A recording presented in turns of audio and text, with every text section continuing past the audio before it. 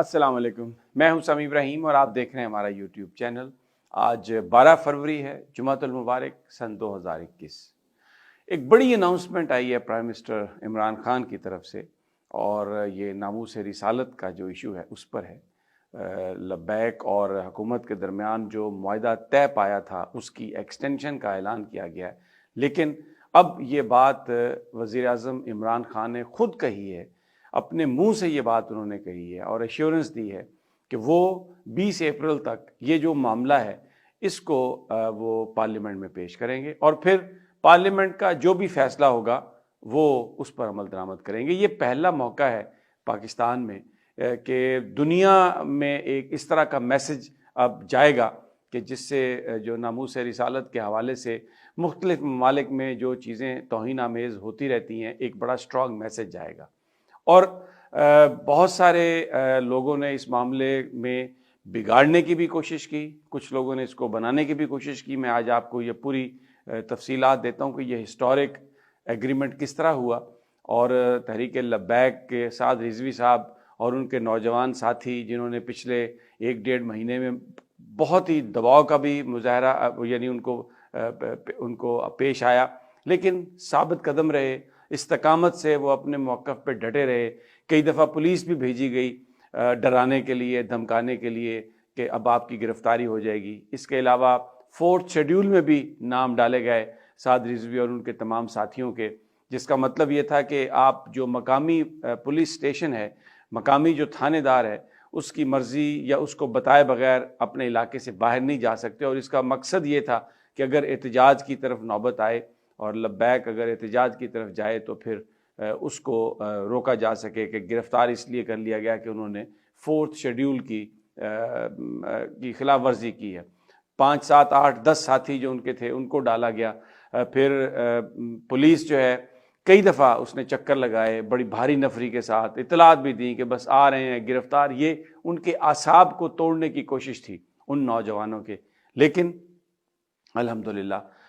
کسی طرح کا بھی جو دباؤ تھا وہ کارگر ثابت نہیں ہوا۔ حکومت اگرچہ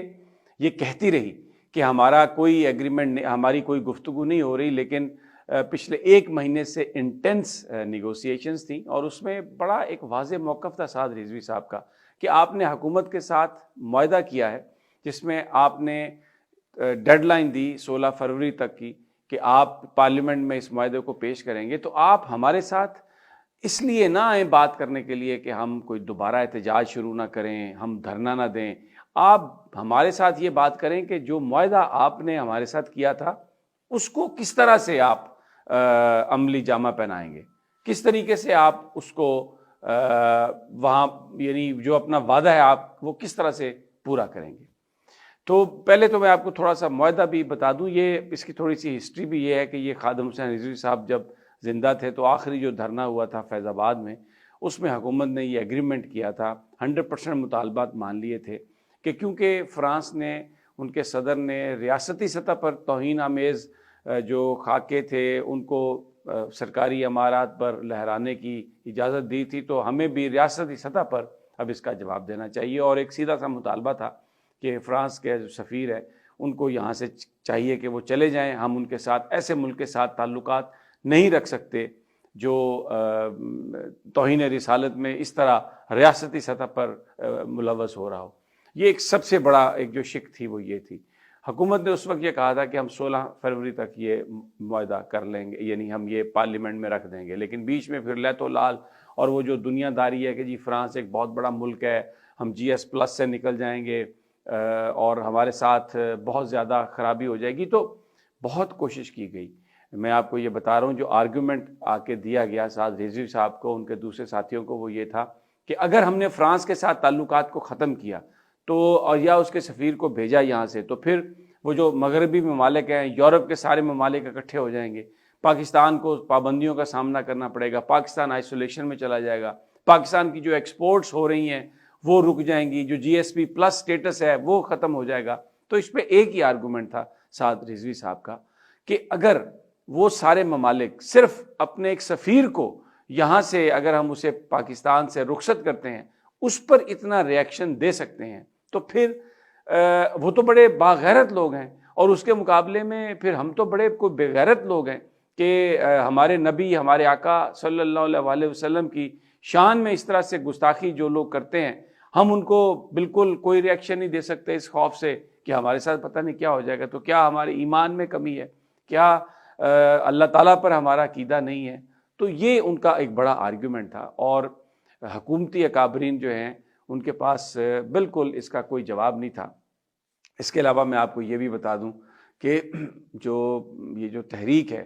اس کا پاکستان کا مین سٹریم میڈیا جو ہے اس میں خبریں شائع نہیں کرتا، اور وہ اس لیے کہ دباؤ میں ہے۔ یہ میں بالکل کھل کے بات کر رہا ہوں کہ شدید دباؤ میں ہے مین سٹریم میڈیا، اور مجھے حیرت ہے اس بات کی کہ یہ نبی پاک صلی اللہ علیہ وسلم کی شان کا معاملہ ہے، ان کی ناموس کا معاملہ ہے، اس پر کون سا پاکستان کی جو سیکیورٹی ہے اس کو کوئی خطرات لاحق ہوں گے؟ اگر پورے کے پورے پاکستانی نکلتے ہیں اس کام کے لیے، پرامن احتجاج کرتے ہیں، اور وہ حکومت سے صرف یہ مطالبہ کرتے ہیں کہ آپ یہ معاملہ پارلیمنٹ میں پیش کر دیں جو حکومت نے ایگریمنٹ کیا ہے، تو اس کو اگر اس سے کون کیوں خوف زدہ ہیں؟ اس سے آپ کا خوف کیا ہے؟ آپ کیا میسیج دینا چاہتے ہیں؟ عمران خان وزیر اعظم پاکستان نے بھی جو بات کہی اس پورے ایگریمنٹ کے نتیجے میں، خود انہوں نے اب اعلان کیا، اب وہ خود اس بات کے ضامن بن گئے ہیں کہ 20 اپریل تک وہ یہ سارا معاملہ پارلیمنٹ میں پیش کریں گے۔ جو تحریک تھی اس نے اس بات کو سمجھا، اور کیونکہ یہ معاملہ ایسا ہے کہ اس کو ہم ایک مستقل سطح پر حل کرنا چاہتے ہیں، تو پرائم منسٹر کی طرف سے یہ ایشورنس آئی کہ وہ نہ صرف پاکستان کی پارلیمنٹ میں اس معاملے کو پیش کریں گے، بلکہ جو دوسرے ممالک ہیں اسلامی ممالک، ان میں بھی تحریک پیدا کرنے کی اس حوالے سے ضرورت ہے، کیونکہ 57 تقریباً ہمارے ممالک ہیں جو اسلامی ممالک ہیں، لیکن اس کے باوجود کوئی ری ایکشن نہیں آ رہا، اس کے باوجود کسی طرح کا دنیا کو کوئی ایسا میسج نہیں گیا کہ یہ جو اس طرح کی وہ پریکٹسز میں جا رہے ہیں اس کو روکا جائے۔ تو اس میں طیب اردوان جو ترکی کے صدر ہیں، ان کی طرف سے اس حوالے سے بڑی کھل کر بات ہوئی۔ 3-4 ممالک اور ہیں جن کا پرائم منسٹر نے ذکر کیا ہے کہ ان کے ساتھ جو گفتگو ہوئی ہے، انہوں نے اس حوالے سے یہ یقین دلایا کہ وہ اس معاملے کو اٹھائیں گے۔ اب وزیر اعظم کی یقین دہانی پر، ڈائریکٹ ان کی ایشورنس پر، تحریک نے اس بات کو تسلیم کر لیا، اور مزید 2 مہینے کے جو ٹائم ہے وہ دیا ہے کہ 2 مہینے میں یہ پارلیمان میں پیش کریں گے، اور پھر پارلیمنٹ میں جب اس پر بات ہوگی تو پوری جو قوم ہے وہ دیکھے گی کہ جو ہمارے پارلیمنٹیرینز ہیں وہ ناموس رسالت کے حوالے سے ان کا کیا رویہ ہے۔ یہ چھوٹی چھوٹی بات پر پریویلیج موشن پیش کر دیتے ہیں اسمبلی میں، ہمیں سیٹ نہیں ملی ریلوے کی، ہمیں پی آئی اے نے ایسا نہیں کیا، فلاں منسٹری میں ہمارا کام نہیں ہوا، فلاں چینل نے ہمارے بارے میں یہ کہہ دیا جس سے ہماری پریویلیج متاثر ہوئی ہے، ہماری جو عزت ہے اس پر حرف آیا، تو پریویلیج کمیٹی اس کے بارے میں پھر فیصلہ کرتی ہے اور ان افسروں کو بلا کے ذلیل کیا جاتا ہے۔ تو اب دیکھنا یہ ہے کہ جب ناموس رسالت کے حوالے سے یہ بل پیش ہوگا تو کون کون اس بل کی مخالفت کرے گا، اور اگر یہ پارلیمنٹ پاکستان کی پاس کرتی ہے تو پھر اس کے جو ابھی تک کی انڈرسٹینڈنگ ہے وہ تو یہی ہے کہ یہی پارلیمنٹ میں پیش کیا جائے گا، کہ کیونکہ فرانس نے سرکاری سطح پر خاکے لگائے ہیں اور یہ ہمیں ناقابل قبول ہے، تو اس لیے ہم فرانس کو یہ کہتے ہیں کہ آپ کا سفیر یہاں سے واپس چلا جائے، اور ہم آپ کے ساتھ جو سفارتی تعلقات ہیں ہم اس کو ریڈیوس کریں گے، اس کا جو لیول ہے، اور ہمیں آپ سے کچھ نہیں لینا دینا۔ اور پھر اس کے علاوہ اگر وہ اس پر قائم رہتے ہیں تو ایک ٹائم لمٹ دے کے آپ یہ کہیں گے کہ ہم جو فرانس کی مصنوعات ہیں اس کا بائیک آؤٹ کرتے ہیں۔ اور یہ کوئی فریڈم آف ایکسپریشن نہیں ہے، یہ بات بہت کلیئر ہے کہ اگر آپ مذہبی وہ معاملہ جو کہ مسلمانوں کے دلوں کے بہت نزدیک ہے، نبی پاک صلی اللہ علیہ وسلم کی جو ناموس ہے وہ مسلمانوں کے دلوں کے نزدیک ہے بہت زیادہ یہ ایشو، اور اس پر کوئی کمپرومائز نہیں ہے، یہ کوئی آزادی صحافت کا اصول نہیں ہے۔ آپ باقی ہر معاملے پہ جو مرضی اپنی اوپینین بنائیں، جس طرح مرضی آپ بات کریں، لیکن اگر آپ نبی پاک صلی اللہ علیہ وسلم کی شان میں ان کی گستاخی کرتے ہیں تو اس سے مسلمانوں کا جو ریئیکشن ہے وہ بہت نیچرل ہے، اور یہ بات دنیا کو سمجھنی بہت ضروری ہے۔ میں اپنے جو ویسٹرن لبرلز ہیں میں ان سے بھی کہتا ہوں کہ یہ کوئی آزادی صحافت کا ایشو نہیں ہے، اور اس کو اس نظر سے نہ دیکھا جائے. یہ ایک بڑے ایک دلی جذبات ہیں اور ایک ہی ایشو ہے, آپ نہیں مانتے ان کو نہ مانیں, لیکن آپ کو ان کی توہین کی اجازت نہیں دی جا سکتی. بہت سارے لوگ یہ سمجھتے ہیں,